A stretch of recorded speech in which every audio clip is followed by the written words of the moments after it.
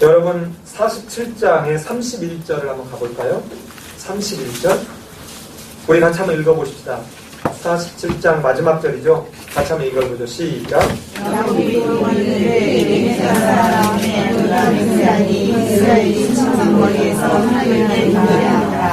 자, 제가 이걸 설명을 했더라면 여러분이 뒤에 더 그 의미가 확 왔을 텐데 일찍 끝내야 되는 생각에 그거 못했는데 원문에는 하나님이라는 단어가 없습니다. 자, 무슨 말인지 아시겠죠? 자, 47장에 하나님이라는 단어가 단 한 번도 등장하지 않습니다. 47장 한 번도. 자, 그러면 여러분 아까 제가 설교 말미에 기억나십니까? 하나님이 야곱이 계신지 안 계신지 느끼지 못한다 그래서 하나님이 안 계신 게 아니고 여전히 그때도 하나님은 함께 계신다는, 이 창세기 47장에 전혀 하나님이라는 이름이 등장하고 있지 않지만 다른 사람들이 다 종되었을 때 야곱과 야곱의 그 자식들은 종이 아니라 정말 하나님의 백성으로 자유자로 생육하고 번성하는 속에 삽니다. 그런데 여러분 왕에게 당당하게 나가서 서서 그를 향해서 축복합니다. 서서 왕을 향해서 축복해요. 그러니까 하나님이 주신 하나님 나라의 제사장, 선지자, 왕 같은 존재가 어떤 존재인지를 하나님이라는 이름이 하나도 나타나지 않지만 철저하게 하나님 앞에서 내려놓았을 때 하나님은 야곱과 그 자식들을 어떻게 사용하시는가? 그러니까 우리의 눈에 보이는 것이 결코 다가 아니다. 우리가 느낀다고 해서 하나님이 존재하고 우리가 느끼지 못한다고 해서 하나님이 존재하시는 것이 아니다. 즉 하나님이라는 이름이 들어있다 그래서 하나님이 그곳에서 섭리하고 다스리고 통치하시고 하나님이라는 이름이 없다 그래서 하나님이 다스리고 통치하지 않는 것이 아니다. 이거를 더 나중에 리얼하게 보여주는 책이 뭡니까? 그게 에스더입니다. 그게 에스더예요. 자, 에스더라고 하는 책이 하나님이라는 신명이 한 번도 등장하지 않아요. 그래서 이 구약에서 가장 정경 속에 들어가는데 시비가 걸렸던 책이 바로 에스더입니다. 어떤 걸로도 이 율법, 정경으로 넣기가 어렵다고 시비를 붙었던 게 바로 에스더예요. 그런데 그렇게 하나님이 존재할 것 같지 않은 유배지, 조롱의 땅. 근데 거기는 하나님의 이름도 하나도 등장하지 않지만 그런데 하나님은 어떻게 해요? 하만에 의해서 민족 청소를 싹쓸이 해버리려고 하는 그때 하나님은 기막힌 방법으로 모르드게를 다루려고 했던 그 자리에 하만을 달게 하는 것처럼. 그래서 불임절이잖아요. 불임절이 바로 모르드게를 언제 다룰까로 표를 뽑았던 것이 12월인데 그날 누가 달려요? 하만이 달려요. 하나님은 여전히 그 이스라엘 포로들이 존재하지 않을 것 같은 그 땅, 그러니까 이스라엘 포로들이 생각할 때 하나님이 존재할 것 같지 않은 심판의 땅, 버림의 땅, 조롱의 땅인 그곳에 하나님은 여전히 역사를 주관하시고 섭리하시고 다스린다 하는 게 에스더 이야기죠. 지난주에 성경 강좌를 오신 분들은 다니엘서의 이야기가 바로 시간의 흐름에 상관없이 에스겔서가 지역적인 그런 지역을 초월해서 하나님은 다스리고 통치하신다면 다니엘서는 시간을 초월해서 하나님은 다스리고 통치하시는 분이다. 그렇기 때문에 지금 다니엘이 사는 이때 오는 이 고통, 어려움, 환난 이것이 다가 아니기 때문에 다니엘은 풀목불에 다니엘과 그 세 친구가 사자굴에 던지거나 풀목불에 던지는 그 고통 속에서도 마침내 모든 전 시간대를 다 통틀어서 주관하시고 섭리하시고 다스리는 그 하나님을 바라보면서 믿음을 지키는. 그러니 너희도 하나님이 마침내 종말적 완성까지를 기할 그 통치권을 다 갖고 계시다. 그러니 그분을 믿고 신뢰하라. 이게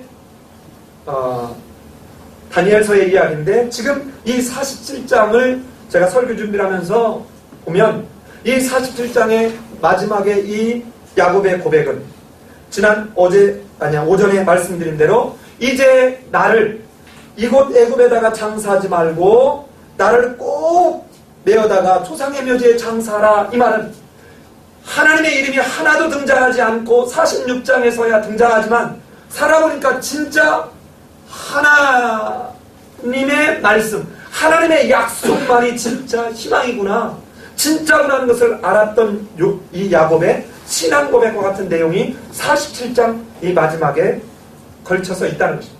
그리고 난 뒤에 하나님이라는 신명이 드러나지 않지만 그는 어렵게 침상에서 일어나서 뭐예요? 경배하는 것입니다. 이 경배한다는 게 뭡니까? 엎드려서 하나님이 마침내 그렇게 인도하시고 이끌으시고 통치하셨군요라고 하는 고백입니다. 인정하는 것입니다. 그리고 난 뒤에 오늘 48장과 49장은 야곱이 147년을 살았는데 그 죽기 전에 있었던 사건, 딱 한 사건을 기록하고 있는 것입니다. 그게 12 아들에게 축복, 마지막 유언적 축복을 하는 장면. 유언입니다, 사실은. 그러니까 축복과 유언이 함께 가는 거예요. 그런데 먼저 누구를 하냐면 요셉의 두 아들들. 참 재미나죠? 지금 여러 아들들이 있는데 유독 요셉이 아버지가 아팠다는 이야기를 듣고 왔을 때 비로소 먼저 므낫세와 에브라임을 향해서 축복하고 난 뒤에 49장에서 12아들들을 쭉 축복하는 장면이 나오네요. 자, 그런데 이제 우리가 우리 자식들을 앞으로 축복하는 기도를 해주거나 이럴 때 이 야곱의 모습에서 우리는 반드시 교훈을 좀 얻었으면 좋겠습니다. 자, 지금 이 47장까지를 통해서 이 야곱이 자기의 신앙이 딱 정리되고 난 뒤에 48장에서 야곱이 고백하는 것입니다. 신앙 고백과 같은 거예요. 그래서 오늘 설교 제목이 뭡니까? 참 샬롬을 경험한 야곱의 고백과 축복입니다. 자, 보면 크게 두 가지예요. 아주 심플합니다. 오후 설교도 일찍 끝날 것 같잖아요. 일찍 끝납니다. 제가 지난주는 진짜 그 내용이 신학적으로 어려운 내용이기 때문에 길어졌고요. 이번 주는 아주 간단해요. 예, 저도 30분 만에 설교할 수 있다. 15분 안에 끝나면 못 끊겠습니까? 누가 안 해냈어요? 예, 15분 만에 끊으라는 거죠?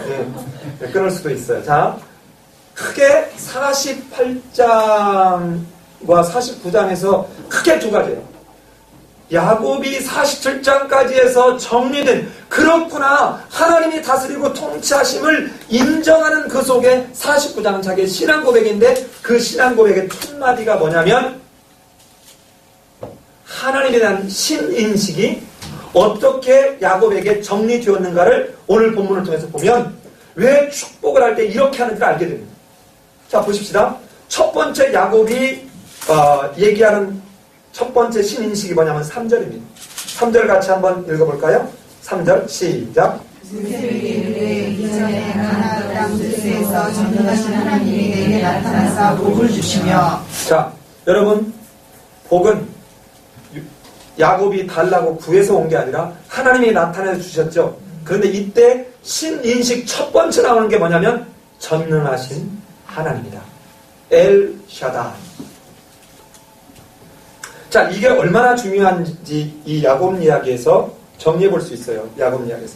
자, 보면 여러분 아주 흥미있습니다.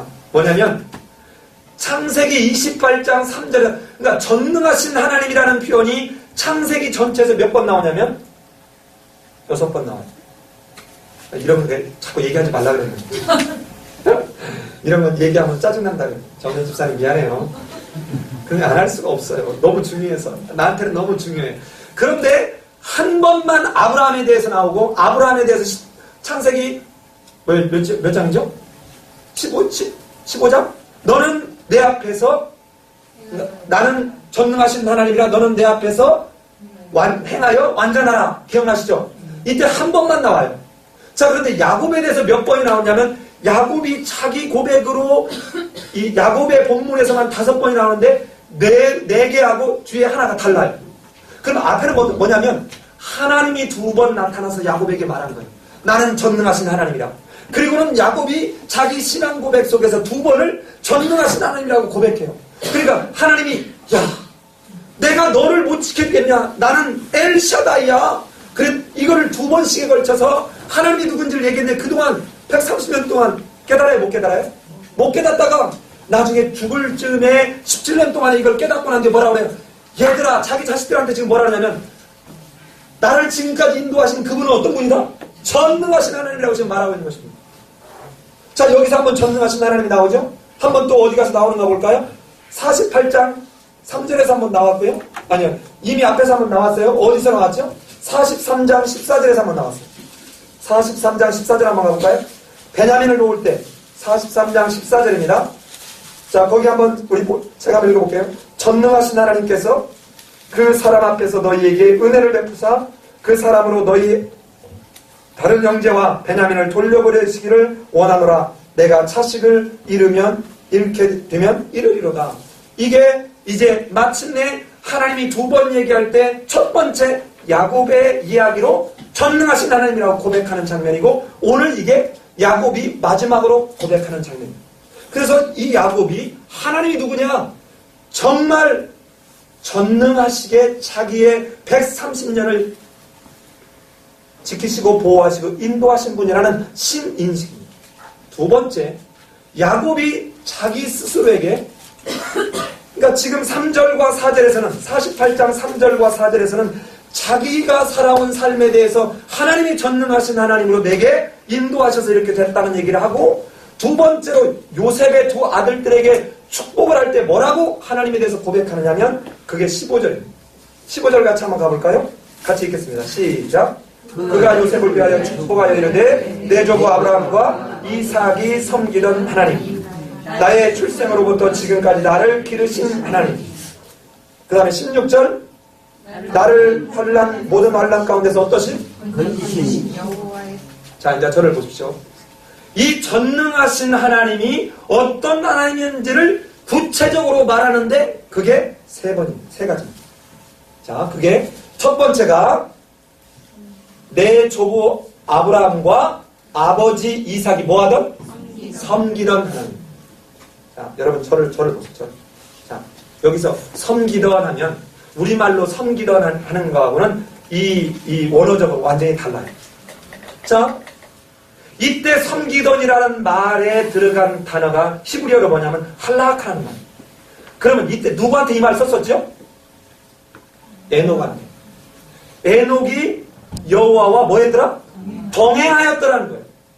또 누구한테 이 말을 했죠? 노아한테. 노아가 하나님과 뭐 했더라? 동행하였더라. 그 다음에 아까 창세기 15장인가요? 아브라함한테 나는 전능하신 하나님이라 너는 내 앞에 뭐하여? 행하여 뭐하라? 완전하라. 이때 썼던 단어들이 동일하게 뭐예요? 할라크라는 동사예요. 자 그럼 뭡니까?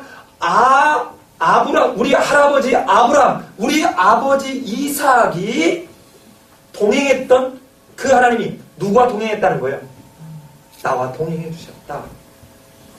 우리 아브라함이 그렇게 믿고 신뢰하고 따랐던 그분, 그리고 마침내 우리 아버지가 그렇게 믿고 신뢰하고 동행했던 그 하나님, 아직 자기 이름 안 넣었습니다. 이 하나님이 나를 인도했다는 것. 그러니까 내 조부 아브라함과 아버지 이삭이 믿고 신뢰하며 통행했던 그 하나님이 바로 나를 통행했다라고 하는 고백입니다. 근데 이 나를 통행하면서 지키시고 보호하시고 함께 하셨던 그분이 어떻게 했냐? 그 다음에 나의 출생부터 지금까지 어떻게 했다고요? 기르셨다. 자, 이때 이 기르신다 이 말은 양을 기르듯 이 말이에요. 목자 되신 그 하나님. 근데 아주 재미납니다. 뭐가 재미나냐? 앞에서 전능하신 하나님, 이 하나님, 그리고 또 하나님이 나를 지금까지 지키셨다 이 얘기를 했는데 여기서 말할 때 15절에서 아브라함과 아버지 이삭이 섬기던 하나님 할 때는 원어로 앞에하고 달라요. 어떻게 달라요? 바로 그 하나님이만. 그러니까 어디서 저 48장 3절에서 말했던 전능하신 하나님이 어떻게 했다는 거예요? 내게 나타나서 복을 주셨고 그 내게 나타나서 복을 그 주신 하나님이 내가 나로 생육하고 번성하게 해서 많은 백성을 이루게 하고 이 땅을 내 후손에게 주리라 하고 약속했었던 그 하나님이 말이에요. 그래서 하 엘로힘이라고 되어 있어요. 그러니까 앞에 자기가 자기 삶을 두고 맹세했던 바로 그 하나님은 어떤 하나님이에요?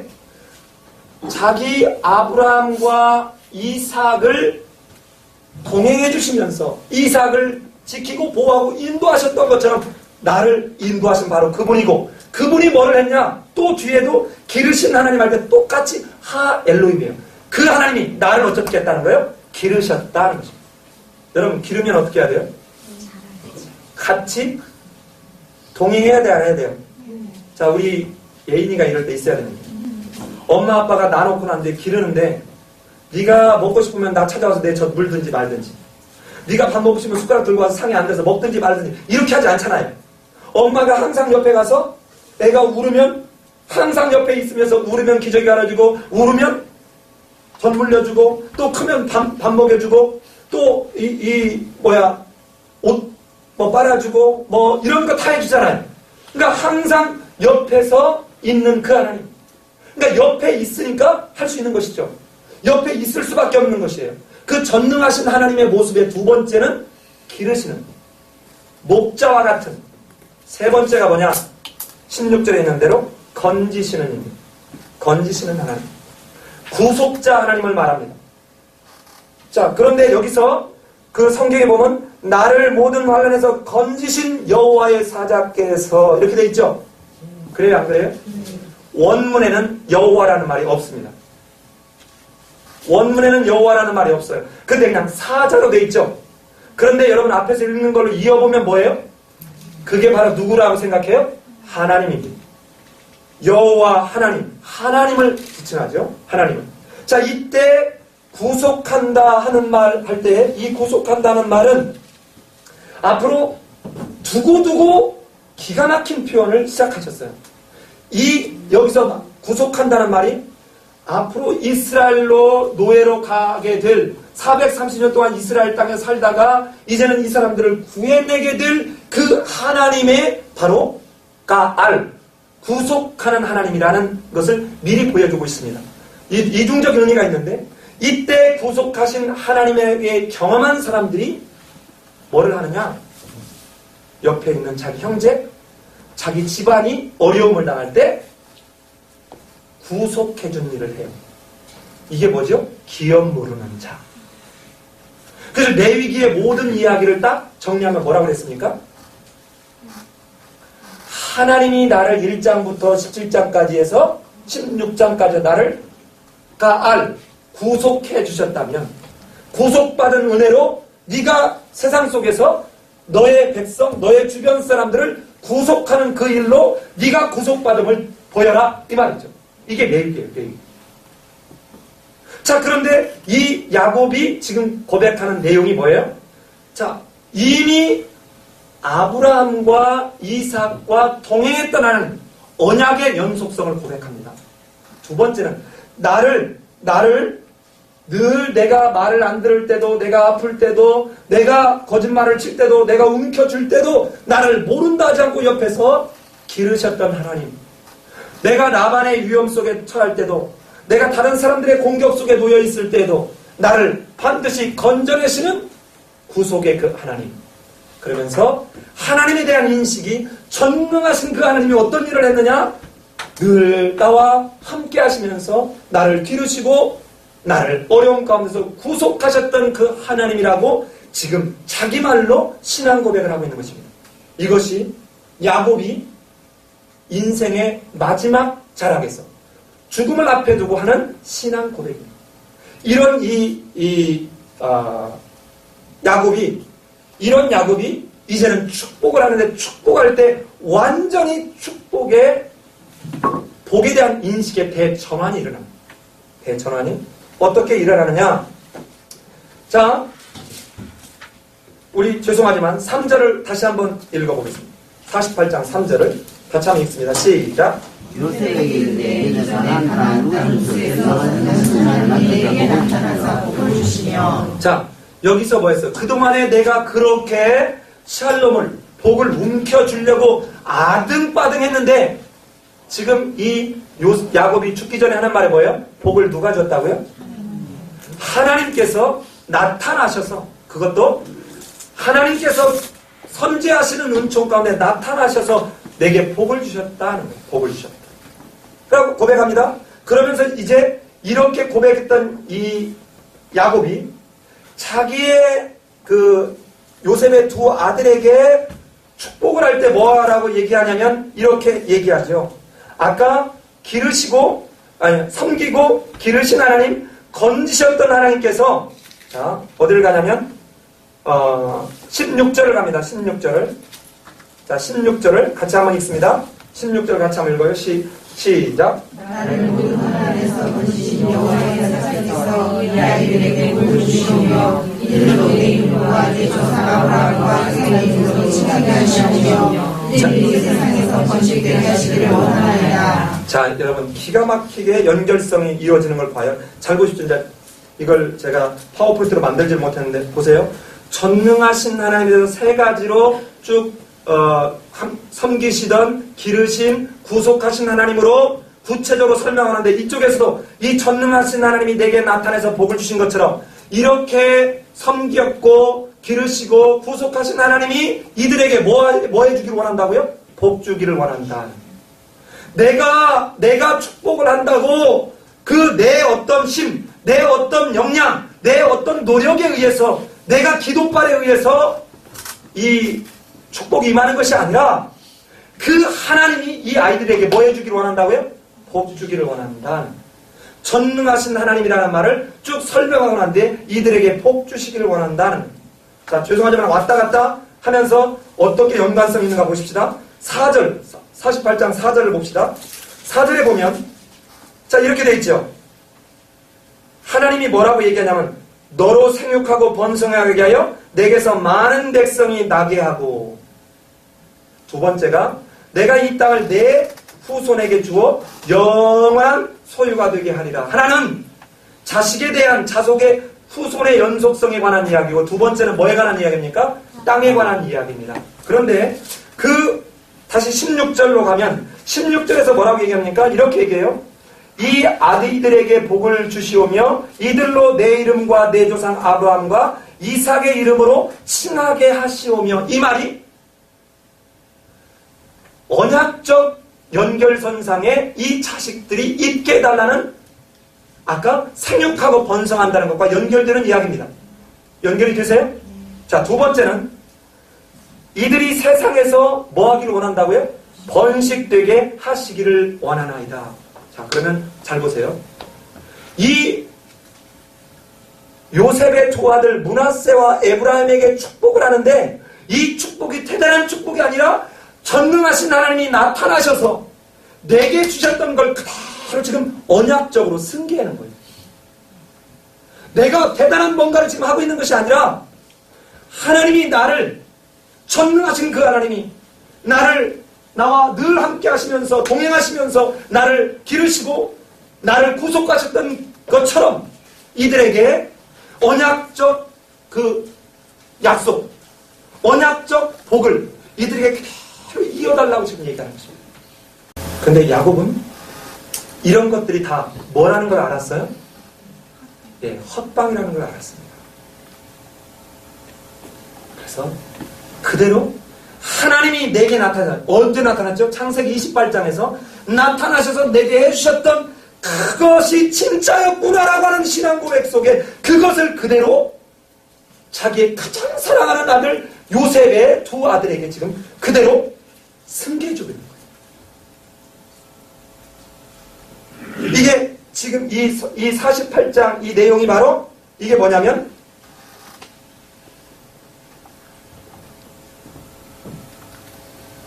야곱의 신앙 고백입니다. 그런데 이 야곱이 요셉의 두 아들들한테 복을 이렇게 축복을 하는 장면하고요, 요셉에게 뭐라고 하는지 볼까요? 요셉? 그게 21절입니다. 그게 21절이에요. 자, 21절 한번 읽어볼까요? 시작. 이스라엘이 요셉에게 그러기를 나는 죽으나 하나님이 너희와 함께 계시사 너희를 인도하여 너희 조상을 땅으로 돌아오리라. 여러분 여기 잘 보십시오. 이걸 이렇게 표로 보여드릴 수 있으면 내가 참 좋겠는데 이렇게 하면 자꾸 설교가 분산이 될 것 같아서 앞에서 전능하신 하나님을 세 가지로 설명했죠. 근데 여기서는 또 뭐라고 딱 갔습니까? 그냥 하나님이 그랬습니다. 맞죠? 이스라엘이 요셉에게 이르되 나는 죽으나 누가? 하나님이. 자, 그 하나님은 어떤 하나님이에요? 나와 동행했던 하나님, 나를 기르신 하나님, 나를 구속하신 그 하나님 이 말이죠. 이 하나님이 어떻게 하는지 세 가지가 다시 여기서 나오는데 뭐냐면 너희와 어떻게 하시고? 함께 하시고. 그리고 여기 본문에 너희와 함께 계시사 너희를 인도하여 너희 조상의 땅으로 돌아가게 하시려니와 하는데 인도하여라는 말은 원문에 없습니다. 앞뒤 문맥상 집어넣은 이야기예요. 그럼 여러분 보세요. 앞에 자기 얘기할 때 두 가지였죠. 보이세요? 기억나세요? 앞에 어떻게 두 가지였어요? 48장 4절에서 생육하고 번성하여 너희 내게서 많은 백성이 나게 하고 내가 이 땅을 내 후손에게 주어 영원한 소유가 되게 하리라. 이 두 가지였잖아요. 그런데 앞에 요셉의 두 아들들에게 할 때도 어떻게 합니까? 이들에게 복을 주는데 어떻게 해요? 이들이 아브라함과 이삭의 이름으로 칭함을 받게, 그 후손이 되는 칭함을 받게 하고, 그 다음에 두 번째가 뭐예요? 번식되게 하시기를 원합니다. 자기가 하나님에게 받았던 것을 그대로 승계했다고 그랬죠. 근데 여기서 어떻게 나옵니까? 이렇게 나오죠. 너희와 함께 계시사 너희를 인도하여 너희의 조상 땅으로 돌아가게 하시려니와. 그러니까 앞에서 이걸 인도하여 본문에 없는 내용을 빼면 너희와 항상 함께 하시기를 원한다. 이 함께 하신다는 말은 앞에서 얘기했던 섬기던 나라를 풀어놓은 말이죠. 기억나십니까? 네. 자, 그 다음에 너희의 조상 땅으로 돌아가게 한다. 이 말은 뭐예요? 너희를 내가 지키고 보호하고 어려운 가운데 있을 때 뭐 할 거다? 구속할 거다라는 말을 이 요셉에게 축복하는 얘기예요. 그러니까 이 세 가지가 마치 이 고리로 이렇게 연결되듯이 지그재그로 연결되고 있는 모습이에요. 그러니까 결코 야곱이 지금 자기 손자 므낫세와 에브라임이나 요셉에게 하는 복은 특별하게 다른 어떤 것이 아니라 자기를 어떻게 인도하신 그 하나님의 신앙 고백적인 차원에서 지금 말하고 있다는 거예요. 이거를 이해해야 49장에 왜 이렇게 자기 12아들들에게 이렇게 축복하는지를 이해하게 됩니다. 그러니까 12아들들을 향해서 축복을 하는데 여러분 이게 축복인지 저주인지 구분이 안 돼요. 우리 한번 이제 이런 신앙 고백 속에서 야곱의 축복을 한번 볼까요? 자, 르우벤 너희는 모여 들으라. 야곱의 아들들아 너희 아버지 이스라엘에게 들을지어다고 3절 르우벤에 대해서 이제 축복하는 장면이 나옵니다. 한번 같이 한번 읽어볼까요? 르우벤에 대해서 3절 같이 한번 읽어보죠. 3절 4절 시작. 르우벤아 너는 내 장자여 내 기억으로 내 기억에 시사하라. 이 원망하고 너희 화가라는 우리의 큰 사슬을 넘어가지 못하니 내가 아버지의 진상을 얻었습니다. 그가 예수님에 올랐었다. 여러분 여기에 어디 우리가 생각하는 것처럼 달콤하고 밝고 환상적인 얘기가 있어요? 없어요? 없어요. 우리는 어때요? 우리는 정반대죠. 여러분 가만히 한번 생각해봐요. 부모님이 지 앞가름 잘하고 잘 살고 이런 자식을 보면 이게 더 마음을 쓰이던가요? 아니면 왠지 저놈은 한 일마다 잘 안 돼. 그놈만 생각하면 어머니가 늘 눈물을 흘리고 마음이 아파하고 그러던가요? 전자의 후자예요? 더 왠지 속썩이고 더 왠지 뭔가 안 되는 놈에게 더 마음이 가죠. 그러니까 어떻게 해요? 이놈한테는 어떻게 잘 되는 놈 왠지 아까는 잘하는 놈한테는 안 줄 뭔가 어머니가 꼽을 쳐는 몰래 숨겨놓은 그 통장이라도 좀 주고 싶고 지금 우리가 내가 죽을 입장이라면 아마도 이전에 따로 엄청 속썩인 자식이지만 야 정말 너는 한 일마다 좀 잘 됐으면 좋겠다 이렇게 얘기하지 않았겠어요? 그런데 지금 이 야곱은 앞에서 내가 뭐 거창한 말을 가지고 축복하는 것이 헛방이라는 것을 알았어요. 왜? 자기 인생 동안 움켜쥐고 보여잡고 내가 모든 계략 가지고 하려고 했던 그 복은 진짜가 아니라는 것을 알았거든. 자, 그런데 이 르우벤은 이제 그 아버지의 침상을 더럽힌 그대로 대가를 받는데 이 야곱의 축복이 그대로 뒤에 실현됩니다. 여러분 어느 정도 실현되느냐? 장자권은 유다에게 넘어가 버립니다. 장자권은 누구에게 넘어간다고요? 유다에게 넘어가 버립니다. 그런데 장자에게 주는 두 몫은 요셉에게 넘어가 버립니다. 우리 하나 찾아볼까요? 역대상 5장을 가봅시다. 역대상 5장. 역대상이 어디 있는지 아시죠? 예, 열왕기하 다음에. 예. 5장 1절 2절을 봅시다. 역대상 5장 1절.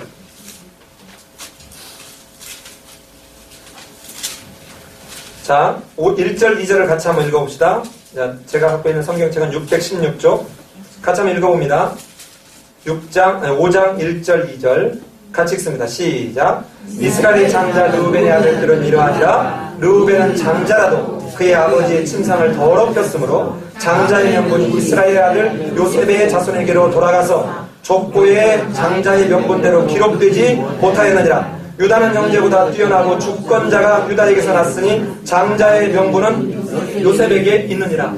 자, 여러분, 장자권은 누구에게 갔어요? 유다에게 갔지만 장자의 명분은 누구에게 갔어요? 요셉에게 가버렸어요. 그러면 르우벤은 장자권도 뺏겼고 장자의 명분도 빼앗겨버렸습니다. 그래서 이거를 나중에 어느 정도 참다가 이거 뭐야 하고 배 한번 팍 내밀어요. 이게 뭐야, 내가 이게 장자인데 이놈의 꼴이 뭐야, 우리 르우벤 조상이 어떤 사람인데 말이야, 우리가 이 모양 이 꼴로 살아하고 덤벼드는 게 누굽니까? 그게 고라와 다단과 아비라네요. 그래서 여러분 어떻습니까?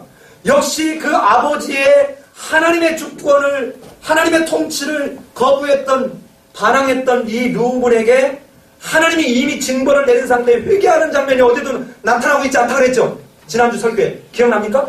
르우벤은 어디에서도 회개하는 장면이 나타나지 않았어요. 그리고 마침내 아버지에게 유언적 축복을 받는데 그 축복의 내용이 뭐예요? 절대로 복이 아니라 저주 같은 말을 듣죠? 근데 그것이 바로 그대로 나중에 고라와 다단과 아비람이 있어서 모세를 대적했다가 땅이 갈라지면서 죽는, 기억나세요? 그런 역사 속에서 질이 멸렬합니다. 자, 우리 여러 사람은 못 보고 한 두세 사람만 보고 끝내려고 합니다. 시몬과 레위를 한번 봅시다. 여기는 동시에 묶었죠? 자, 묶었어요. 자, 같이 한번 5절, 6절, 7절을 같이 한번 읽어봅시다. 시작. 시몬과 레위는 형제여 그들의 칼은 폭력의 도구로다. 내 혼아 그들의 모의에 상관하지 말지어다. 내 영광아 그들의 직주에 참여하지 말지어다. 그들이 그들의 분노대로 사람을 죽이고 그들의 혈기대로 소의 발목 굴줄을 끊었음이로다. 그 노염이 혹독하니 저주를 받을 것이요 분기가 맹렬하니 저주를 받을 것이라. 내가 그들을 야곱 중에서 나누며 이스라엘 중에서 흩으리로다. 여러분 볼까요? 이 시몬과 레위가 무슨 짓 했죠? 세겜에서 하나님의 이름과 하나님의 할례 언약까지를 이용하면서까지 아주 극악무도한 짓을 했죠. 세상에. 여러분 근데 어떤 일이 벌어지는가 볼까요? 불과 얼마가 지나지 않아서 신명기 33장을 가봅시다. 신명기 33장은 모세가 죽기 전에 자기 자손들에게, 자기 족속에게 마지막으로 마치 야곱이 축복하듯 축복하는 장면입니다. 축복하는 장면인데, 자, 여러분 한번 따라가 봐요. 시몬의 이름을 찾아내면 제가 상금으로 1000만 원을 드리겠습니다. 자, 가보겠습니다. 6절 르우벤은 하고 나오죠. 그 다음에 7절 누가 나와요? 유다. 8절 레위. 자, 지금 순서대로 나오는데 몇 자가 지금 없어요? 르우벤 나오고 시몬, 레위, 유다 이렇게 나와야 되는데 없어졌죠? 그 다음 쭉 가볼까요? 12절 베냐민, 13절 요셉, 18절 스불론, 그 다음에 그 바로 스불론 밑에 이사갈, 21절 갓, 단, 납달리, 아셀. 나와요, 안 나와요? 자, 왜 안 나와요? 이렇게 못된 이 시몬의 폭력성은 이제는 자기가 아버지의 이 축복대로 어떻게 죽을 길로 가는지 봐요. 여러분, 민수기에 가면 민수기 25장에서 무슨 짓을 하죠? 저 미디안 여자를 데려다가 회막에서 어떻게 해요? 행음을 하죠.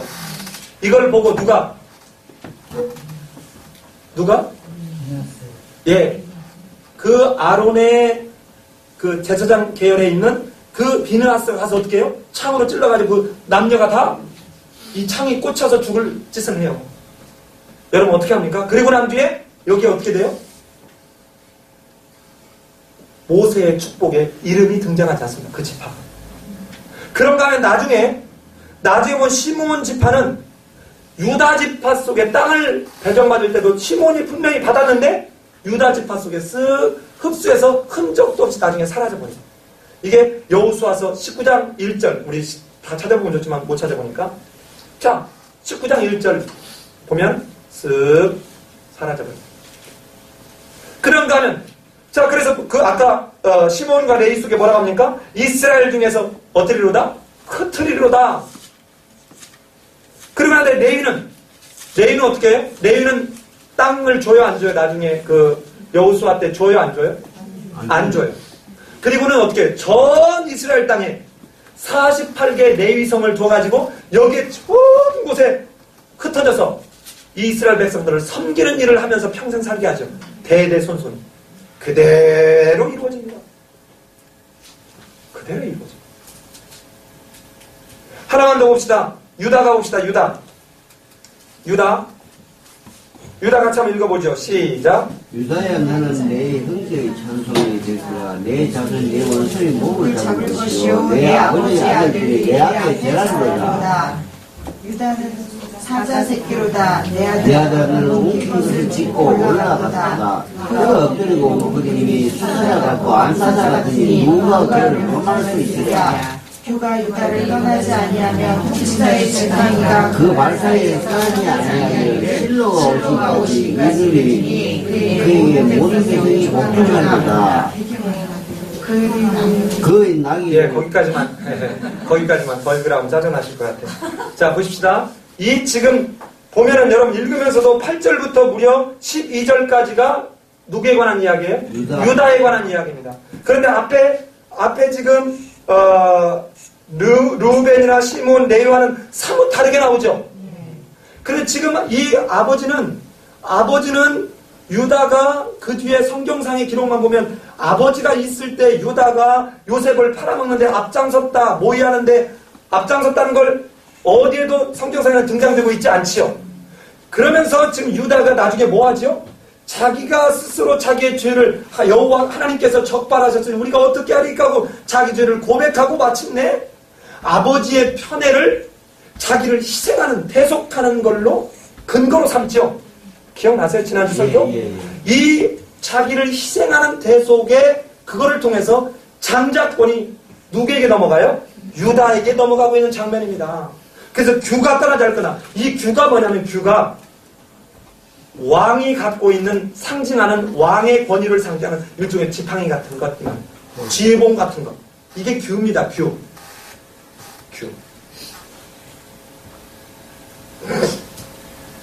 자, 그래서 여기 보면 뒤에 보면 그의 나귀를 포도나무에 매며 그의 암나귀 새끼를 아름다운 포도나무에 맬 것이며 또 그의 옷을 포도주에 빨며 그의 복장을 포도주즙에 빨리로다. 그의 눈은 포도주로 인하여 붉겠고 그의 이는 우유로 말미암아 희리로다.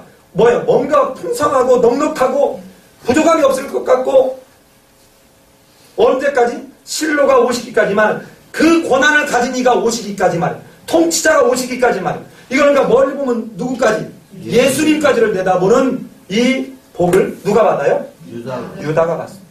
유다. 자, 여러분. 자, 보십시다. 지금 르우벤, 시몬, 레위, 유다까지를 보면서 보니까 여러분 어때요? 복 받을 만한 놈이 받고 지금 복이 아닌 저주와 같은 걸 받을 만한 놈이 받고 있다는 걸 동의하십니까? 그럼 여기서 우리 중요한 거 하나 정리해야 돼요. 뭐를 정리해야 되냐면 우리처럼 그냥 뭔가 잘 되고 하는 식으로가 아니라 여러분 한 가지 분명히 정리해야 될 게 뭡니까? 여러분 은혜는 공짜로 받아요. 자, 이거 굉장히 중요한 개념인데 은혜는 공짜로 받습니다. 받는 사람 입장에서는 공짜예요. 주는 사람 입장에서는 대가를 지불했습니다. 하나님이 내게 은혜를 주시지만 나는 공짜로 받지만 하나님 입장에서는 뭐 했어요? 대가를 지불했어요. 자기 아들 독생자를 죽여줬습니다. 지금 이 유다가 베냐민 입장에서는 자기가 자유함을 되는 게 공짜로 자유함이 되지만 실은 유다가 내가 대신 여기에 잡혀 있겠다라고 하는 계속하는 대가를 지불하죠. 무슨 말인지 아시겠어요? 이 대가를 지불하는 속에 얻어지는 거니까 받는 내 입장에서는 은혜지만 주는 사람 입장에서는 어떻게 해요? 대가를 지불해요. 어떤 분이 예를 들어서 제게 선물을 줬습니다. 저는 선물 받으면서 어떻게 해요? 공짜로 받죠. 그러나 이 선물을 주는 사람은 어떻게 합니까? 사야죠. 뚱치지는 않을 거잖아요. 왜 웃어요? 뚱쳐서 할 수도 있나? 이건 작물인데. 자, 그런데 은혜는 공짜로 받습니다. 그러나 복은 결코 공짜가 아니고 복 받을 짓을 해야 됩니다. 자, 이게 뭡니까?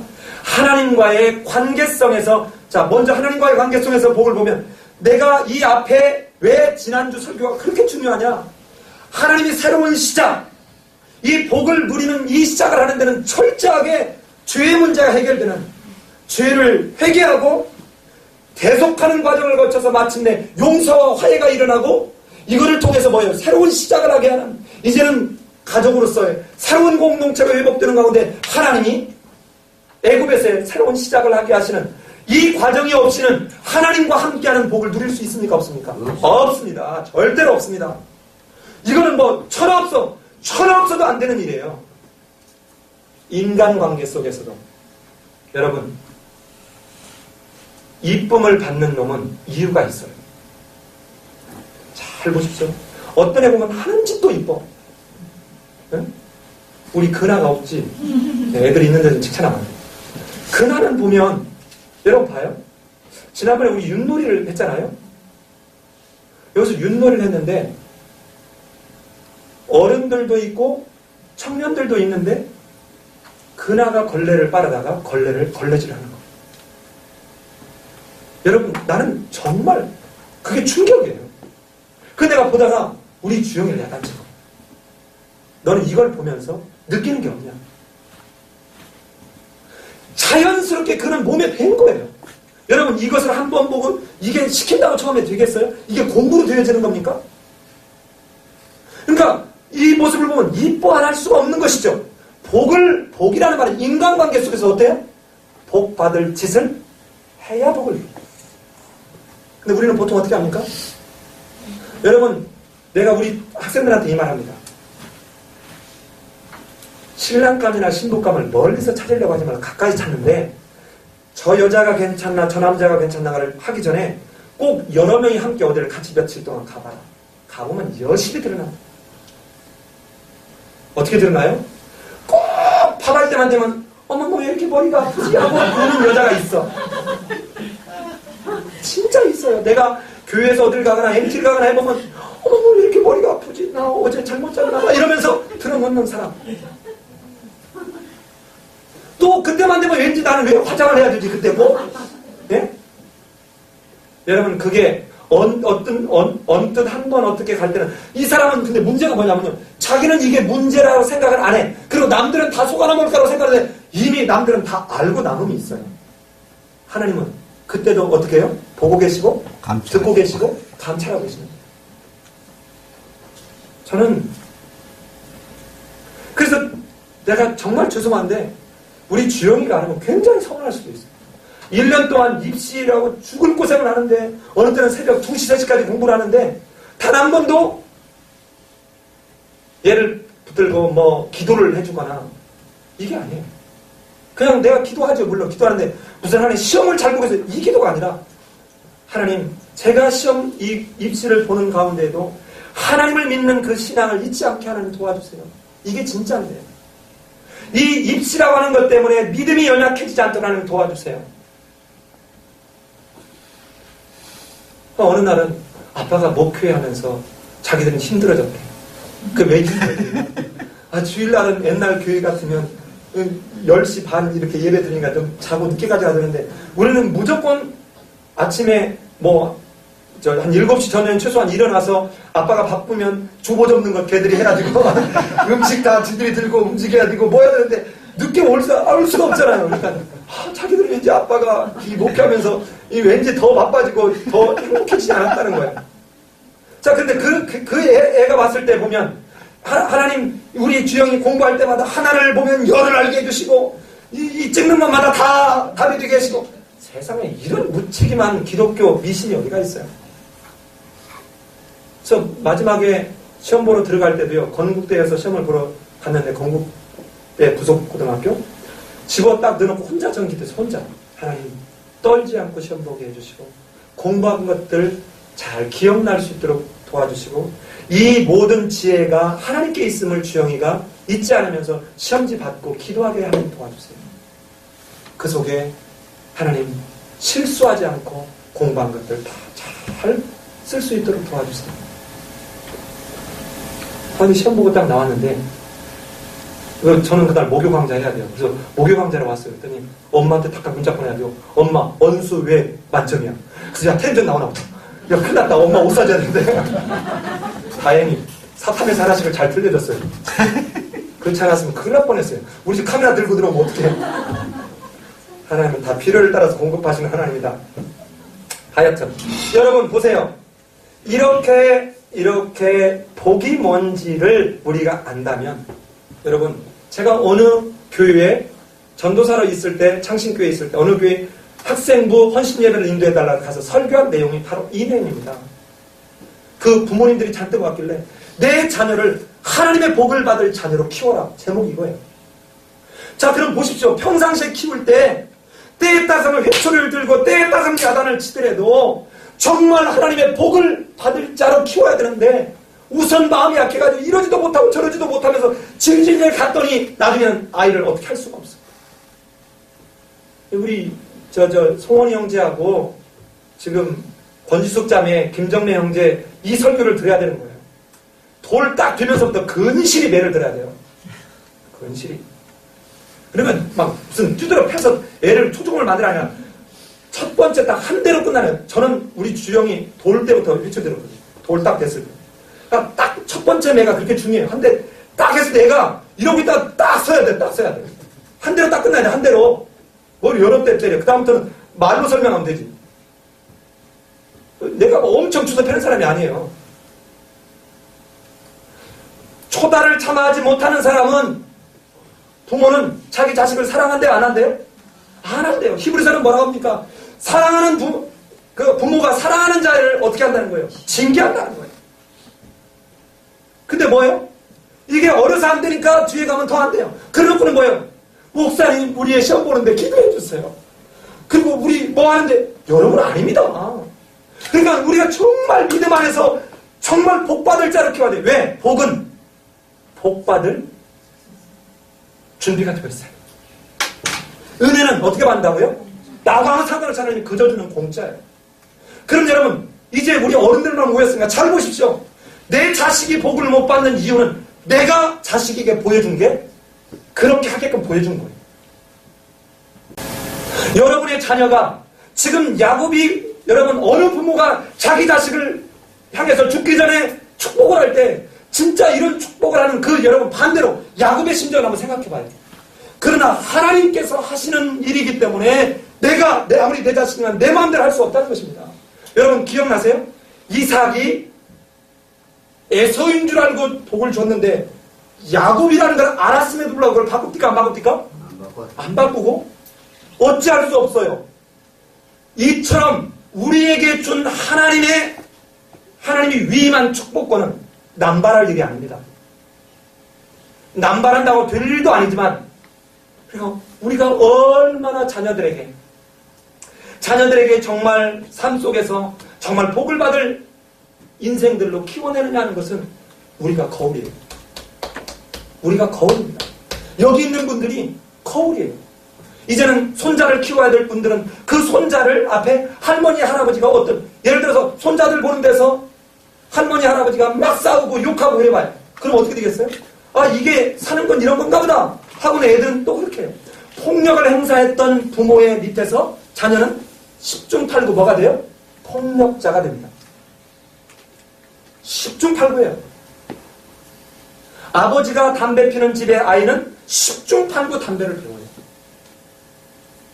아버지가 주정뱅이면 그 아들은 10중 8구. 그래서 너희가 내 율례와 규례와 법도를 지키려 하면 내가 3, 4대 1으로 저주하겠다. 이 말은요, 하나님이 특별히 저주하는가? 지가 보여준 그것대로 자식이 받아가기 때문에 그래요. 절대로 하나님은 연좌제를 말하지 않습니다. 뭐라고 합니까? 아비의 죄로 자식이 벌을 받는데요, 안 받는데요? 안 받는데요. 자, 이게 오늘 이 야곱이 지금 축복하고 있는 장면입니다. 여러분, 이런 지금 이 축복은 실은 우리는 앞에서 보았습니다. 어디서 이미 봤어요? 노아가 자기 자식들을 향해서 축복할 때도 우리 이거 한번 봤죠? 그 다음에 이삭이 축복했는데 변개하지 못하는 거 보았죠? 그 다음에 이 야곱을 통해서 우리 다시 봤습니다. 다시 봤어요. 그렇다면 이제 오늘 말씀을 정리하죠. 자, 결론적입니다.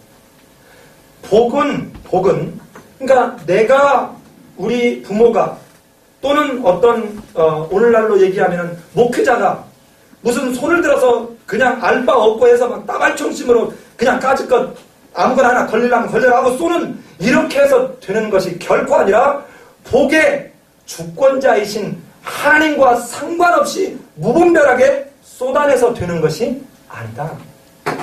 아니다. 여러분, 요즘 교회에서 뭡니까? 여러분, 축복합니다 하는데 도대체 성경하고 얼마나 근거를 갖고 있는 것인지. 그냥 이래도 흥 저래도 흥 교회 좀 열심히 나오고 헌금 많이 하면 그냥 개떡같이도 묻어주는 시기. 그래놓고는 가서 가게를 열을 때 그냥 복 주시옵소서. 근데 이럴 때 이게 안 돼야 이게 꼭 그게 성경적이 아니라 깨달았네. 이게 또 잘 되면 진짜 우리 목사님이 오셔서 기도해 주셔서 이게 영빨이 센 거구나. 실제로 어느 교회 난리가 났어요. 전임 목사님이 쫓겨났어. 그래서 새 목사님이 오셨는데 어느 분 한 분이 죽을 병에 걸렸어요. 그래서 다 죽는다고 했는데 이 쫓겨난 목사님이 와가지고 기도를 해줬는데 그런데 이 사람이 죽지 않고 살았네.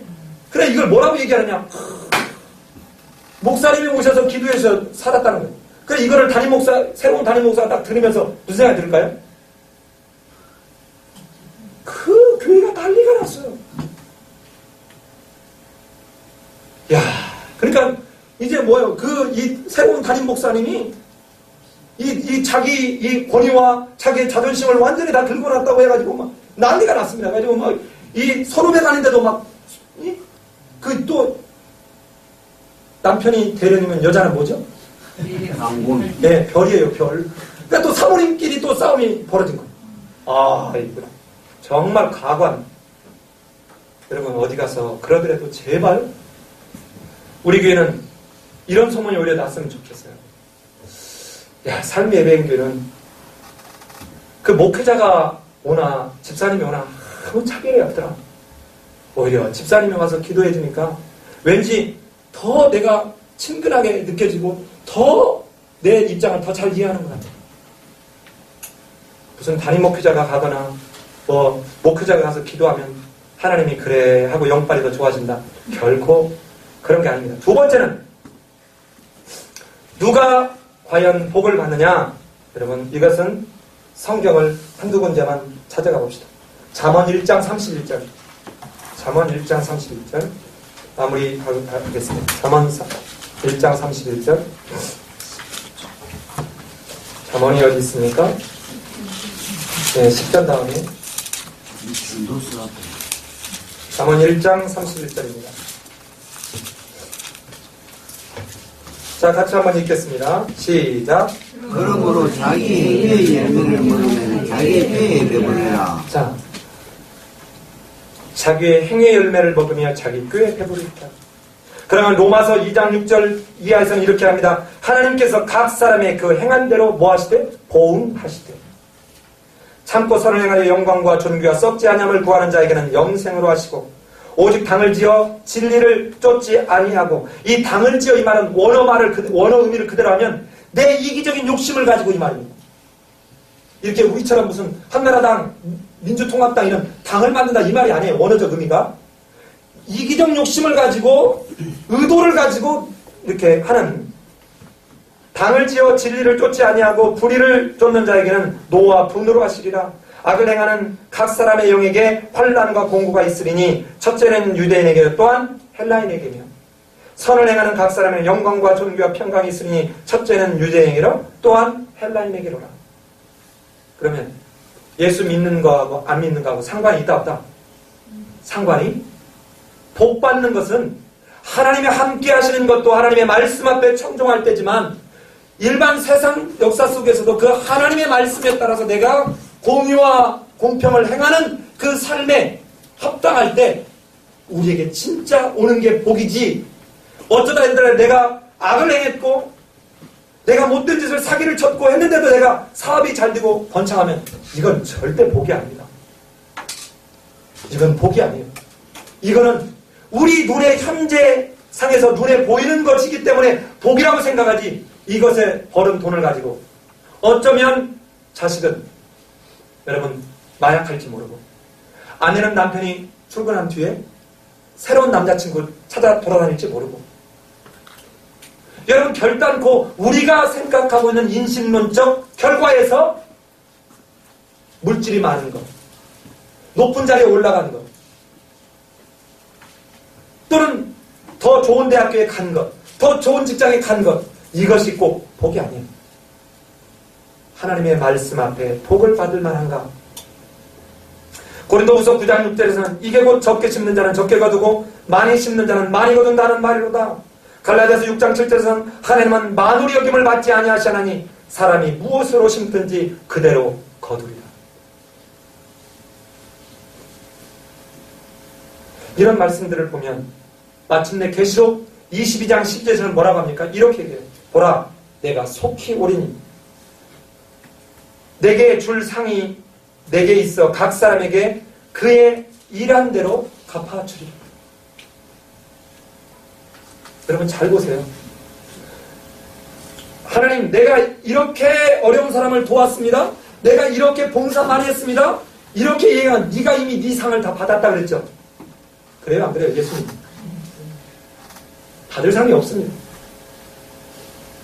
그런데 지금 마지막 성경의 마지막인 계시록 22장에서 내게 줄 상이 내게 많이 있다는 거예요. 이 주님에게 있는데 각 사람이 어떻게 한 대로? 일한 대로 갚아줄 것이다. 일한 대로 갚아줄 것이다. 지난번에 어떤 성도님이 그래요. 아, 이거 왜 이걸 알렸냐? 내가 나중에 예수님한테 내가 아무도 모르게 내가 지금 복 받아야 되는데, 상을 받아야 되는데 이미 이걸 알려버렸으니 나는 내 상을 받아버린 거 아니냐? 여러분 정말 지극히 정상적인, 정말 건강한 신앙, 건강한 말씀에 깨달은 거죠. 그런데 어떤 사람들은 어때요? 여러분 부지기수로 목회자 있을 때, 그래서 간단한 큰 교회는 그렇답니다. 누가 그날 설교하냐에 따라서 성도 수가 달라져요.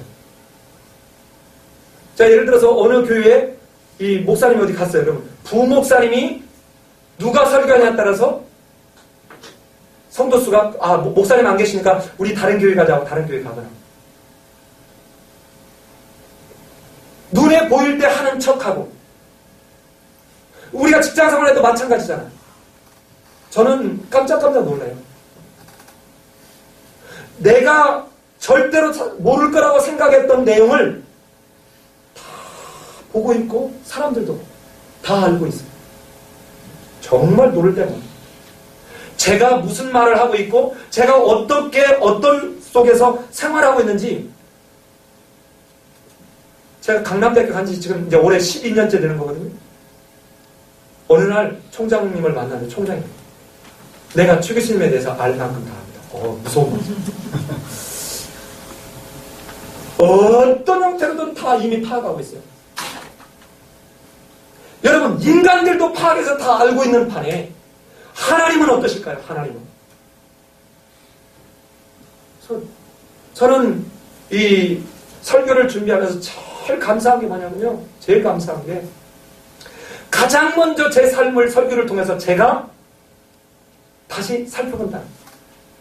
이게 가장 큰 은혜예요. 설교자로서 얻는 가장 큰 애가 전 이겁니다. 이거.